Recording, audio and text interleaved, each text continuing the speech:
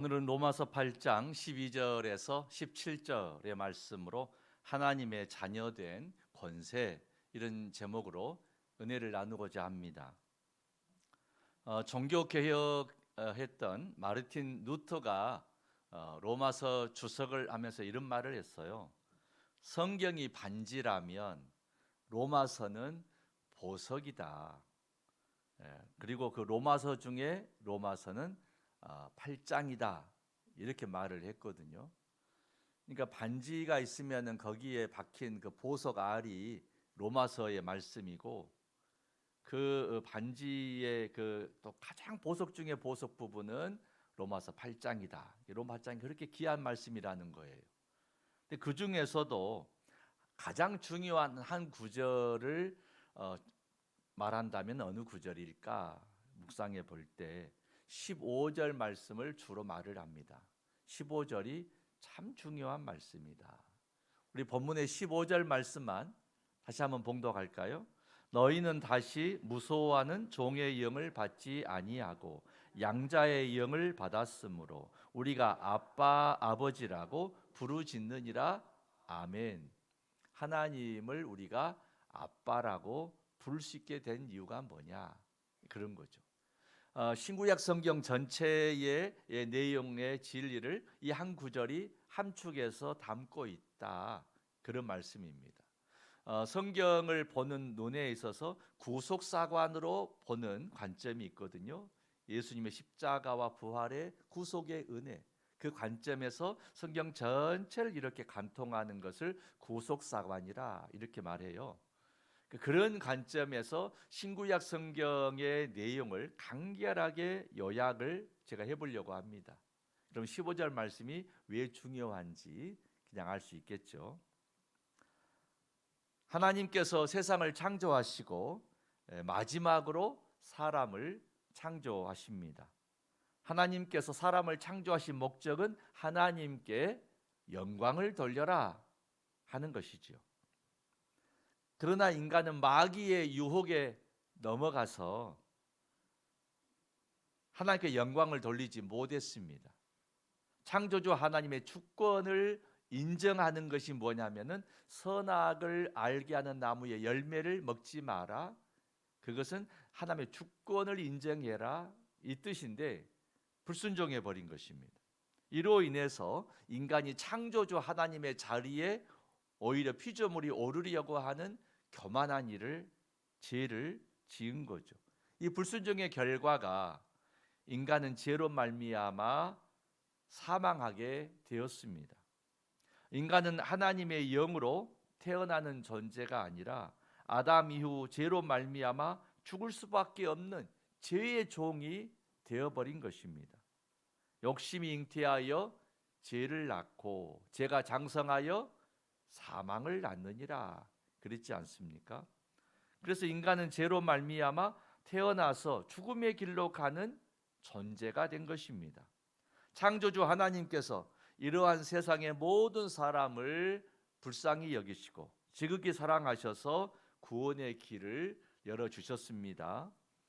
오직 유일한 구원의 길은 사람들의 죄를 대속해서 십자가에 죽으시고 부활하신 하나님의 아들 예수님을 마음에 영접하고 그 사랑을 믿는 자에게는 구속의 은혜, 영생의 은혜를, 자녀의 은혜를 주시겠다 약속하신 것입니다. 그러니까 이 십자가에 죽으시고 부활하신 예수님을 마음에 영접하고 믿는 사람이 되어라. 이게 바로 구속사관으로 성경을 정리해 놓은 말씀입니다. 로마서 3장 23절 24절의 말씀 우리 같이 봉독할까요? 모든 사람이 죄를 범하였음에 하나님의 영광에 이르지 못하더니 그리스도 예수 안에 있는 성량으로 말미암아 하나님의 은혜로 값없이 의롭다 하심을 얻은 자 되었느니라. 아멘. 누구든지 예수님을 마음으로 영접하고 믿으면 이전에는 마귀의 종이었지만 이제부터는 하나님의 자녀로 새롭게 태어나는 것이다 하는 것이죠.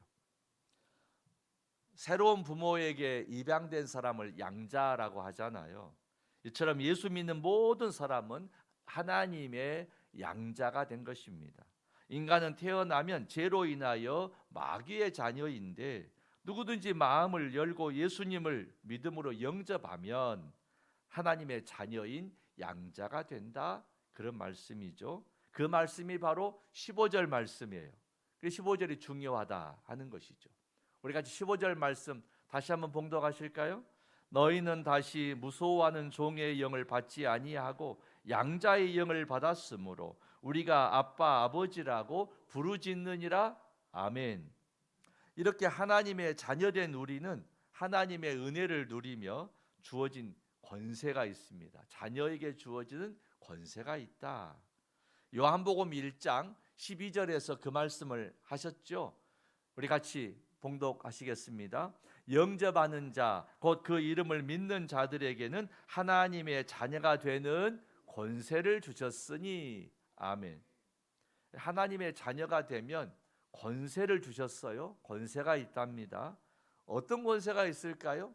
하나님의 자녀에게 주어지는 이 세상에서 누리는 5가지 권세에 대해서 성경 말씀을 근거로 해서 오늘 말씀을 드려보려고 합니다. 5가지 권세 한번 이야기해 봅시다. 첫째는 영생의 복을 누리는 권세입니다. 따라합시다. 첫째, 영생의 복. 그러니까 하나님의 자녀가 되면 영생의 복을 누리는 권세가 주어져요. 영생의 복이 있어요. 하나님의 자녀가 되면요, 이제 멸망하지 않고 죽으면 죽음의 문을 넘어서 부활 영생의 길로 가게 되어 있습니다. 세상에 살면서 또한 영생의 복과 천국의 은혜를 누리면서 살게 되어 있습니다. 하나님의 본성은 영원함이죠. 하나님은 영원하신 분이십니다. 그래서 하나님의 자녀된 우리도 이제부터 영원한 부활의 은혜를 입게 되었다. 영생의 복을 누리게 되었다. 이런 말씀이죠. 우리 요한복음 11장 25절 26절의 말씀 같이 봉독합니다. 예수께서 이르시되 나는 부활이요 생명이니 나를 믿는 자는 죽어도 살겠고 무릇 살아서 나를 믿는 자는 영원히 죽지 아니하리니 이것을 내가 믿느냐? 아멘. 여러분 믿으십니까? 예, 부활의 신앙이죠. 하나님의 자녀가 되면 영생의 복이 있다, 이런 것입니다. 두 번째 말씀은 하나님의 자녀가 되면요, 어떤 권세가 주어지냐 하면 기도 응답의 권세가 주어져요. 따라합시다. 기도 응답. 기도 응답의 복을 받아요. 하나님의 자녀가 특별히 갖는 권세입니다. 하나님의 자녀된 우리는 영의 아버지가 되신 하나님께 달라고 기도할 수 있어요. 간구할 수 있어요. 그럼 주신다, 이런 말씀이죠. 요한복음 16장 24절의 말씀 우리 같이 봉독할까요? 지금까지는 너희가 내 이름으로 아무것도 구하지 아니하였으나 구하라 그리하면 받으리니 너희 기쁨이 충만하리라. 아멘. 기도하면 응답된다는 말씀은 성경에 너무 많습니다. 하나님의 자녀가 기도하면 그 기도는 응답이 됩니다. 에레미야 선지자도 구약에서 이미 기도의 소중함을 말씀하셨죠. 에레미야 33장 2절 3절 우리 같이 봉독합니다. 이 일을 행하시는 여호와 그것을 만들어 성취하시는 여호와 그의 이름을 여호와라 하는 이가 이와 같이 이르시도다. 너는 내게 부르짖으라 내가 내게 응답하겠고 내가 알지 못하는 크고 은밀한 일을 내게 보이리라. 아멘. 예수님께서도 제자들에게 친히 기도해라 그러면 하나님께서 응답해 주신다, 이런 약속의 말씀을 하셨습니다.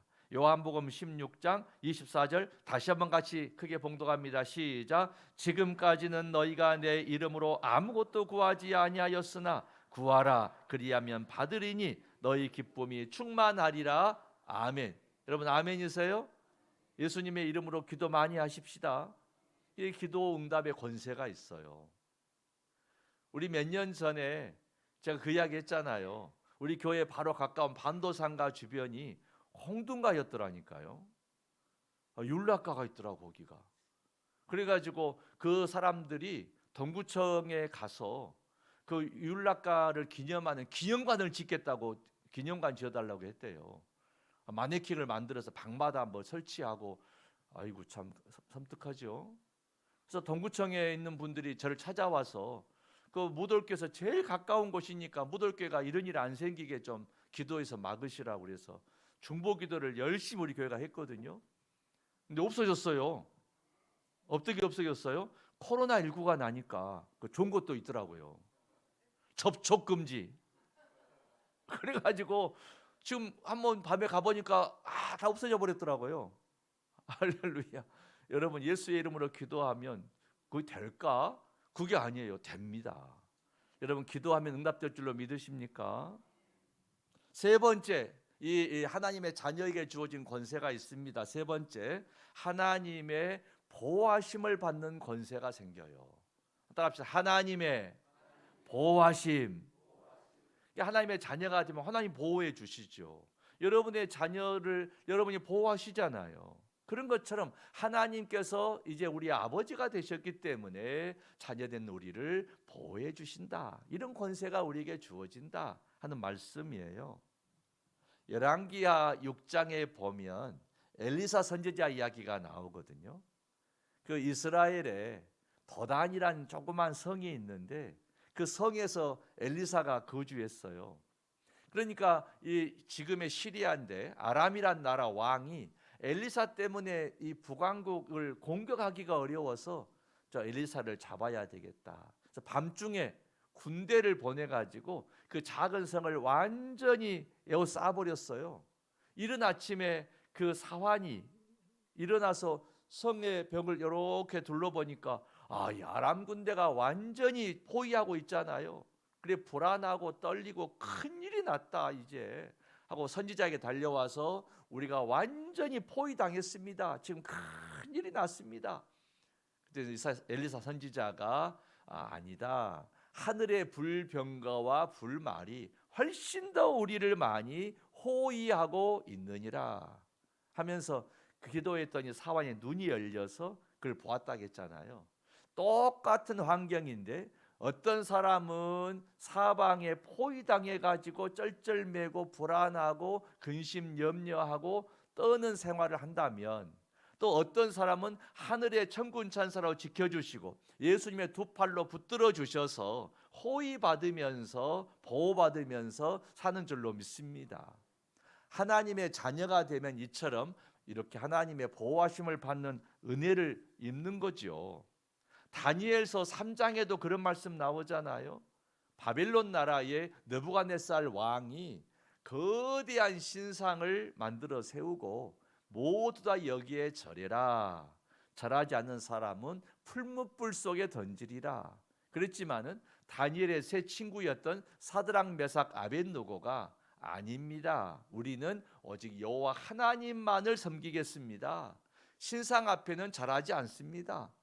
그래서 불불에 던져버렸잖아요. 던졌지만 어떻게 했어요? 네 번째에 누군가가 함께하면서 그들을 다 지켜서 참으로 몸 하나가 상하지 않고 옷도 상하지 않고 구원받았다. 이런 말씀이 나오잖아요. 다니엘 3장 25절 26절 우리 같이 성경 봉독합시다. 왕이 또 말하여 이르되 내가 보니 결박되지 아니한 네 사람이 불 가운데로 다니는데 상하지도 아니하였고 그 넷째의 모양은 신들의 아들과 같도다 하고 느부갓네살이 맹렬히 타는 풀무불 아기까지 가까이 가서 불러 이르되 지극히 높으신 하나님의 종 사드락 메삭 아벳느고야 나와서 이리로 오라 하매 사드락 메삭 아벳느고가 불 가운데에서 나온지라. 아멘.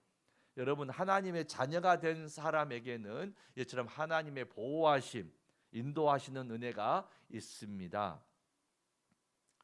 네 번째 하나님의 자녀에게 주신 권세가 뭐냐면은 마귀와 싸워서 이기는 권세가 있습니다.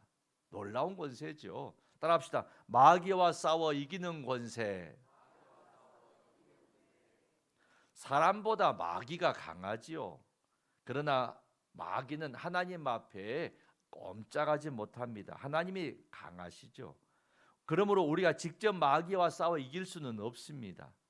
마귀보다 능력이 크신 하나님의 도우심을 받아서 예수님의 이름으로 마귀와 싸워 마귀를 물리칠 수 있는 그런 힘이 우리에게 있습니다.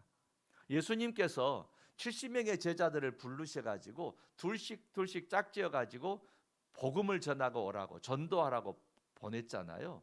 70명이 가서 전도하고 돌아와서 놀랍게 그 체험했던 그 전도하다가 기적들을, 막 귀신이 떠나가고 병든 자가 막 고침을 받고 기적을 체험하고 이런 것을 가지고 전도 보고를 해요. 그때 예수님이 이런 말씀을 하셨죠.